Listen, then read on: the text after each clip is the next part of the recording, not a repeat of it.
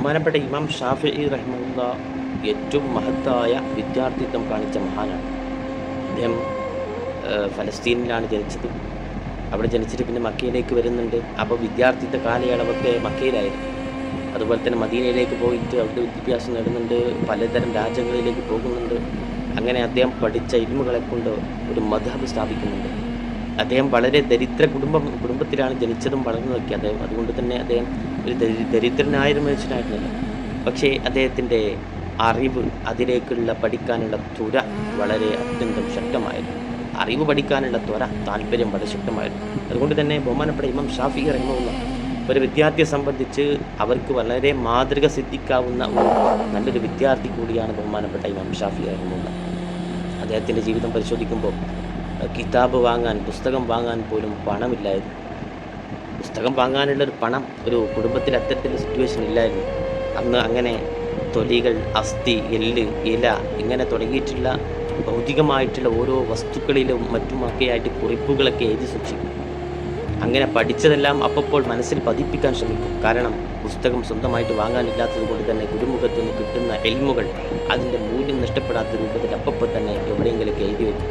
ഇങ്ങനെ അറിവിന് വേണ്ടി കഷ്ടപ്പാട് സഹിക്കണം എന്ന് പറയുന്ന മഹത്തായ സന്ദേശം ബഹുമാനപ്പെട്ട ഇമാം ഷാഫിഈ റഹിമഹുല്ലായുടെ ജീവിക്കുന്നു നമുക്ക് ബോധ്യപ്പെടുന്ന ഒരു വിദ്യാർത്ഥിയെ മനസ്സിലാക്കണം. അറിവ് പഠിക്കാൻ വളരെ സുതാര്യമായ വഴികളൊക്കെ അടയപ്പെടണം. കാരണം അതൊക്കെ കഷ്ടപ്പെട്ടാലാണ് അവനെ നഷ്ടപ്പെടാതെ പറഞ്ഞു കിട്ടൂ എന്നുള്ളൊരു ബോധ്യം ഒരു ഗുരുവിൻ്റെ മുമ്പിൽ ഇരിക്കുമ്പോൾ ഒരു വിദ്യാർത്ഥിക്ക് തോന്നണം. മാത്രമല്ല ബഹുമാനപ്പെട്ടവർ മദീനയിലേക്ക് ചെന്നുകൊണ്ട് മഹാനായ അവിടുത്തെ ഗുരുവര്യർ ബഹുമാനപ്പെട്ട ഇമാം മാലിക് റഹിമഹുല്ലാ അദ്ദേഹത്തിൻ്റെ മുമ്പിൽ പഠിക്കാൻ ചെല്ലുന്നുണ്ട്. അങ്ങനെ അദ്ദേഹത്തിൻ്റെ ഒരു അദബ് കണ്ടുകൊണ്ട് എല്ലാവരും അമ്പരുന്നു. ബഹുമാനപ്പെട്ട ഇമാം ഷാഫിഈ റഹിമഹുല്ലയുടെ അദബ് കണ്ടുകൊണ്ട് അവിടെയുള്ളവരൊക്കെ അത്ഭുതപ്പെടുന്നുണ്ട്. അദ്ദേഹത്തിൻ്റെ വാക്കുകളിലൂടെ തന്നെ പറയുന്നുണ്ട്, ഞാൻ എൻ്റെ ഗുരുവായ ബഹുമാനപ്പെട്ട ഇമാം മാലിക് റഹിമഹുല്ലയുടെ മുമ്പിൽ ഇരുന്നു കൊണ്ട് ക്ലാസ് കേൾക്കുന്ന സമയത്ത് എൻ്റെ ഗുരുവിന് അസ്വസ്ഥത വരുന്ന രൂപത്തിൽ, ഗുരുവിനെ ബുദ്ധിമുട്ടാക്കുന്ന രൂപത്തിൽ പേജ് പോലും വളരെ ശക്തിയോടുകൂടി മറിക്കാറില്ല, വളരെ മൃദുവായിട്ടാണ് തിരിക്കാറുള്ളത്. അതിൻ്റെ ശബ്ദം അധ്യാപകൻ കേൾക്കുമ്പോൾ സ്വാഭാവികമായിട്ടും അസ്വസ്ഥത ഉണ്ടാകുമെന്ന് പേടിച്ചിട്ടാണ്. ഇതാണ് വളരെ മുന്തിയ രൂപത്തിലുള്ള അദബെന്ന് പറയുന്നത്. അധ്യാപകനോട് കാണിക്കേണ്ട അദബിൽ ഏറ്റവും പ്രധാനപ്പെട്ടത് ക്ലാസ് എടുത്തുകൊണ്ടിരിക്കുമ്പോൾ അധ്യാപകനെ ശല്യപ്പെടുത്താതിരിക്കുകയാണ്. ഈ ശബ്ദം പോലും നിയന്ത്രിക്കുക എന്നൊക്കെ പറയുന്നത് സ്വന്തം ശബ്ദമാണെങ്കിലും മറ്റു ഭൗതികമായിട്ടുള്ള കിതാബ് പോലത്തെ ശബ്ദമാണെങ്കിലും ഗുരുവിൻ്റെ മുമ്പിൽ യഥാർത്ഥത്തിൽ ഒരു വിദ്യാർത്ഥി ഒരു നിലയ്ക്കും ശബ്ദം ഉയർത്താൻ പാടില്ലല്ലോ. ഈ ചോദ്യം ചോദിക്കുമ്പോൾ പോലും വളരെ വിനയത്തോടു കൂടി ചോദിക്കണം. ശുദ്ധ ഖുർആൻ അതാണ് പറയുന്നത്. മുസ്തഫ സല്ലല്ലാഹു അലൈഹി വസല്ലം തങ്ങൾക്ക് മുമ്പിൽ സ്വഹാബത്തിനോട് ശബ്ദം ഉയർത്തരുത്തി എന്ന് പറഞ്ഞു. കാരണം സ്വഹാബത്ത് സ്വാഭാവികമായിട്ടും എല്ലാവിധ സംശയങ്ങളൊക്കെ ചോദിച്ചു കൊണ്ടുവരുന്നത് റസൂലിൻ്റെ സവിധത്തിലേക്കാണ്. അപ്പോൾ റസൂലിൻ്റെ സവിധം എന്ന് പറയുന്നത് സംശയ നിവാരണത്തിലുള്ള സംവാദത്തിൻ്റെ മജ്‌ലിസാണ്. അവിടെ പോലും അദബ് പാലിക്കണമെന്ന് മുസ്തഫ സല്ലല്ലാഹു അലൈഹി വസല്ലം തങ്ങളുടെ ഉമ്മത്തിനോട് അന്ന് കൽപ്പിക്കുന്നുണ്ട്. മാത്രമല്ല ഒരു ദിവസം ബഹുമാനപ്പെട്ട ഇമാം മാലിക് റഹിമഹുല്ലാ ഹദീസ് ഇങ്ങനെ പഠിപ്പിച്ചു കൊടുക്കുന്ന ക്ലാസ്സിനിടയിൽ ഷാഫിഈ റഹിമഹുല്ലാ അത്രക്കും ഗൗരവത്തോടും കൂടി ഇങ്ങനെ കേട്ട് നിൽക്കല്ലേ. ഈ സമയത്ത് ബഹുമാനപ്പെട്ട മഹാനുഭാവൻ ഒരു വാക്ക് പോലും നഷ്ടപ്പെടാതിരിക്കാൻ വേണ്ടിയിട്ട് അത് വളരെ ശ്രദ്ധയോടുകൂടി ഇങ്ങനെ കേൾക്കുക. ഇങ്ങനെ കേട്ടുകൊണ്ടിരിക്കുമ്പോൾ എത്ര പ്രയാസം ബഹുമാനപ്പെട്ട ഇമാം മാലിക് റഹിമഹുല്ലാ എത്ര ഗൗരവത്തോടുകൂടി അദ്ദേഹത്തോട് പെരുമാറുന്നുണ്ടോ എന്നൊക്കെ നമുക്കറിയാം. ഉസ്താദന്മാരല്ലേ അത്ര ഗൗരവത്തോടുകൂടി പെരുമാറും. പക്ഷേ എന്നിട്ട് പോലും മറിച്ചൊന്നും പറയാതെ ആ ഉസ്താദിൻ്റെ വാക്ക് നഷ്ടപ്പെടുത്താത്ത രൂപത്തിൽ എല്ലാം ക്ഷമിച്ചുകൊണ്ട് അദ്ദേഹം സംസാരിക്കുന്നതിനിടയിൽ ഒരു തടസ്സവും വരുത്താത്ത രൂപത്തിൽ, അങ്ങോട്ട് തിരിച്ചു വാദിക്കാത്ത രൂപത്തിൽ ചെയ്യുന്നതായിട്ട് അദ്ദേഹത്തിൻ്റെ കൂടെ പഠിക്കുന്ന സഹപ്രവർത്തകരായിട്ടുള്ള വിദ്യാർത്ഥികളായ ആളുകൾ പറയുന്നുണ്ട്. ഇങ്ങനെ പല ദിവസങ്ങളിലും ഇങ്ങനെ തന്നെയാണ് ബഹുമാനപ്പെട്ട ഇമാം ഷാഫിഈ റഹിമഹുല്ലാ അത്രക്കും ശ്രദ്ധയോടുകൂടിയിട്ടാണ് അദ്ദേഹത്തിൻ്റെ ക്ലാസ്സുകളൊക്കെ കേൾക്കാറുള്ളത്. അങ്ങനെ ഗുരുവിൻ്റെ മുമ്പിൽ ക്ഷമയും സഹനവും ഒക്കെ വളരെ അത്യന്തം വേണ്ട ഒരു കാര്യമാണ്. ക്ഷമയോടുകൂടി മാത്രമേ ഇൽമു ലഭിക്കൂ, അല്ലെങ്കിൽ ഒരു ഇൽമു ലഭിക്കില്ല. ക്ഷമയില്ലെങ്കിൽ നമുക്ക് പറയാം നിലവിലെ സാഹചര്യം അനുസരിച്ചുകൊണ്ട് ഭൗതികമായിട്ടുള്ള വിദ്യാഭ്യാസമൊക്കെ പഠിക്കുമ്പോൾ അല്ലെങ്കിൽ മതവിദ്യാഭ്യാസം പഠിക്കുമ്പോൾ തന്നെ നമ്മൾ ക്ഷമിക്കാതെ നിൽക്കുന്ന സമയത്താണെങ്കിൽ നമുക്ക് ആ കോഴ്സ് നഷ്ടപ്പെടും. അതുകൊണ്ട് വളരെ മഹത്തായ ഒരു കാര്യമായിട്ട് ക്ഷമയെ നമുക്കൊരു വിദ്യാർത്ഥിക്ക് ഉണ്ടാകേണ്ട വിശേഷണത്തിൽ എണ്ണാൻ പറ്റും. മറ്റൊന്ന് ആ ഗുരുവിനെ തൻ്റെ മുമ്പിൽ വളരെ മഹത്വമായിട്ട് തന്നെ കാണണം. ബഹുമാനപ്പെട്ട ഷാഫിഈ തങ്ങൾ തന്നെ പറയുന്നുണ്ട്, എൻ്റെ ഗുരുവായ ഇമാം മാലിക് റഹിമഹുല്ലാ എൻ്റെ കണ്ണിൽ വലിയ മഹാമനീഷിയാണെന്ന് പറയുന്നുണ്ട്. അത്രത്തോളം ഗുരുവിനെ ഉയർന്നു കാണുന്ന ഒരു ചിന്താശൈലി ഒരു മുസ്ലിമിൻ്റെ മനസ്സിൽ വരും. ഇത് മനസ്സിൻ്റെ അവസ്ഥയാണ്. ഗുരുവിനെ ആദരിക്കുമ്പോൾ ആ ഗുരു പറയുന്നത് എന്താണ് അത് ഉള്ളിൽ തട്ടും. ആദരവില്ലാതെയാണെങ്കിൽ ആ ഗുരു പറയുന്നത് ഉള്ളിൽ തട്ടില്ല എന്നുള്ള ആ ഒരു ബറക്കത്തില്ലാത്തൊരു ഇൽമാണെന്ന് മനസ്സിലാക്കും.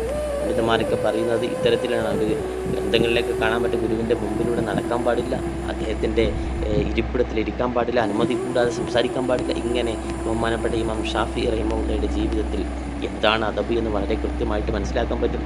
അത് ഉൾക്കൊള്ളുന്ന ഒരു ശൈലി എന്ന് പറയുന്നത് ഒന്നാമത്തെ സംസാര ശൈലിയിലാണ്, രണ്ടാമത്തെ പെരുമാറ്റത്തിലാണ്, മൂന്നാമത്തെ ഹൃദയത്തിൻ്റെ വിനയത്തിലാണ്, മറ്റൊന്ന് മറ്റുള്ളവരെ ആദരിക്കുന്നതിലാണ്. ഇങ്ങനെയൊക്കെയാണ് അദബ് ഉണ്ടാവുക.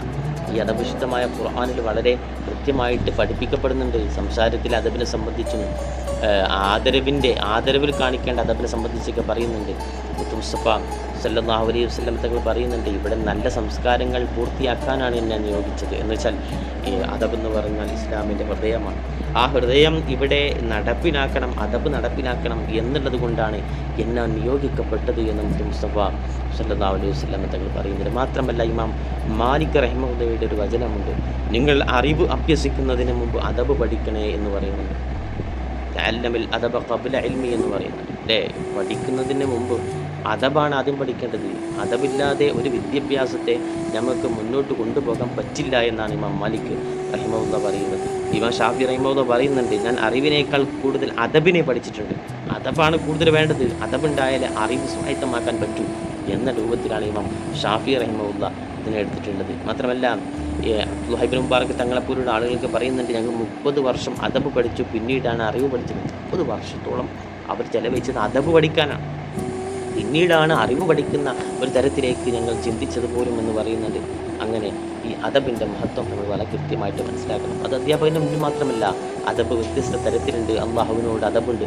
അള്ളാഹുവിനെ ഭയപ്പെടുക, അള്ളാഹുവിനെ കൃത്യമായിട്ട് സമയോചിതമായി ചെയ്യേണ്ട ഇബാദത്തുകളിൽ അള്ളാഹുവിനെ അനുസരിച്ചുകൊണ്ട്, ആരാധനയിൽ കൃത്യത പാലിച്ചുകൊണ്ട് അള്ളാഹുവിനോടുള്ള അദബ് കാണിക്കുക. മറ്റൊന്ന് മുസ്തഫ സല്ലല്ലാഹു അലൈഹി വസല്ലം തങ്ങളുടെ അദബാണ്. റസൂലിനെ സ്നേഹിക്കുക, ആദരിക്കുക, റസൂലിൻ്റെ സുന്നത്തുകളെ അനുസരിക്കുക, റസൂൽ കൊണ്ടുവന്നിട്ടുള്ള ആ ഒരു സരണിയെ സ്വീകരിക്കുക, ഇങ്ങനെയൊക്കെ തന്നെയാണ്. മറ്റൊന്ന് അധ്യാപകരോടുള്ള അദബാണ്. അധ്യാപകൻ്റെ മുമ്പിൽ വിനയം കാണിക്കുക, അനുസരണ കാണിക്കുക, ആദരവ് കാണിക്കുക. അതുപോലെ തന്നെ മാതാപിതാക്കളോട് അദബുണ്ട്. മാതാപിതാക്കൾക്ക് ഹിദ്മത്ത് ചെയ്ത് കൊടുക്കുക, ഇഹ്സാൻ ചെയ്ത് കൊടുക്കുക, അവർക്ക് മുമ്പ് ശബ്ദം ഉയർത്താതിരിക്കുക, പ്രായമായവരുണ്ടെങ്കിൽ അവരെ ആദരിക്കുക, ബഹുമാനിക്കുക, വേണ്ട കാര്യങ്ങൾ ചെയ്തു കൊടുക്കുക. മറ്റൊന്ന് ലോകത്തിൻ്റെ എല്ലാ മനുഷ്യരോടുമുള്ള അദബാണ്. എല്ലാവരോടും നല്ല ശൈലി സംസാരിക്കുക, സലാം പറയുക, അവരെ പറ്റി ഈബത്ത് പറയാതിരിക്കുക, നമീമത്ത് പറയാതിരിക്കുക, അവരെ ഉപദ്രവിക്കാതിരിക്കുക, വേണ്ട പരിഗണന ചെയ്തു കൊടുക്കുക. അയൽവാസി അമുസ്ലിം ആണെങ്കിൽ പോലും അവരെ ആദരിക്കുക തുടങ്ങിയിട്ടുള്ള അദബുണ്ട്. ഇങ്ങനെ വളരെ വലിയ രൂപത്തിൽ ജീവിക്കാൻ നമുക്ക് സാധ്യമായിരിക്കണം. നമ്മൾ അഹങ്കാരിയാണെങ്കിൽ, മറ്റുള്ളവരോട് മോശമായി പെരുമാറുന്നുണ്ടെങ്കിൽ ഇസ്ലാമിൽ അവനൊരു പൂർണ്ണനായ മനുഷ്യനല്ല എന്ന് മനസ്സിലാക്കുക. മറിച്ച് അവന് ചെറിയൊരു വിദ്യാഭ്യാസമുള്ളൂ, പക്ഷെ നല്ല അദബുണ്ടെങ്കിൽ അവനായിരിക്കും മനുഷ്യകുലത്തിലെ വലിയ ഉന്നത നിലയിൽ ജീവിക്കുന്ന മനുഷ്യൻ എന്ന് പറയുന്നത്. അതുകൊണ്ട് തന്നെ വീണ്ടും ഓർമ്മപ്പെടുത്തുകയാണ്, ഫലമില്ലാത്ത ഒരു വൃക്ഷമായിട്ട് മാറരുത്. അദബില്ലാത്ത അറിവുള്ള ഒരാളായിട്ട് നമ്മൾ മാറാൻ പാടില്ല. അതുകൊണ്ട് തന്നെ പണ്ഡിതന്മാർ പറയുന്ന പ്രകാരം, ഇമാം മാലിക് റഹിമഹുള്ള പറയുന്ന പ്രകാരം അദബാണ് ആദ്യം വേണ്ടത്, പിന്നീടാണ് അറിവ് സ്വായത്തമാക്കേണ്ടത് എന്നുള്ള ആ ഒരു ഉപദേശം ജീവിതത്തിൽ ശ്രദ്ധിച്ചുകൊണ്ട് ആദ്യം നമ്മൾ അദബിനെ സ്വായത്തമാക്കിയാൽ ആ അറിവ് നമ്മളിലേക്ക് ഒഴുകി വരും. അറിവ് ആദ്യം പഠിച്ചു, അദബ് പഠിച്ചില്ല എന്നുണ്ടെങ്കിൽ അധ്യാപകൻ്റെ ഒരു കോഴ്സും പൂർത്തിയാക്കാൻ സാധിക്കില്ല. നിയമങ്ങൾ എന്നൊക്കെ പറയുന്ന പോലെ ആ നിയമങ്ങൾ സമ്പൂർണ്ണമായിട്ട് പാലിക്കണം. എന്നാലേ നമുക്ക് എല്ലാ ഭൗതികമായ കാര്യങ്ങളാകട്ടെ എല്ലാം അങ്ങനെ തന്നെ. ഇപ്പോൾ നമ്മൾ ഡ്രൈവിംഗ് ടെസ്റ്റിനൊക്കെ പോകുന്ന സമയത്ത് നമ്മൾ നിയമങ്ങളൊന്നും പഠിക്കാതെ നേരെ ഇട്ടിട്ടേ അവിടെ സൈഡിലേക്ക് പോയി ഇടിക്കുമല്ലോ, സ്വാഭാവികമാണ് എന്ന് പറയുന്ന പോലെ ആദ്യം നിയമമാണ് പഠിക്കേണ്ടത്. ആദ്യം ഒരു സ്ഥലത്ത് പോകുമ്പോൾ അവിടെ ശ്രദ്ധിക്കേണ്ട റൂൾസാണ് പഠിക്കേണ്ടത്. ആദ്യം അവിടെ പാലിക്കേണ്ട മര്യാദയാണ് പഠിക്കേണ്ടത്. ആ മര്യാദ പഠിക്കുമ്പോഴാണ് നമുക്ക് ബാക്കിയുള്ള കാര്യങ്ങളൊക്കെ പ്രൊസീജിയറൊക്കെ ചെയ്യാൻ പറ്റുക എന്നതുപോലെയാണ് അറിവ് പഠിക്കുമ്പോൾ ആദ്യം ചെയ്യേണ്ടത് അദബ് പഠിക്കുക. ആ അദബ് നമ്മുടെ ജീവിതത്തിൽ നമ്മൾ നിലനിർത്തണം.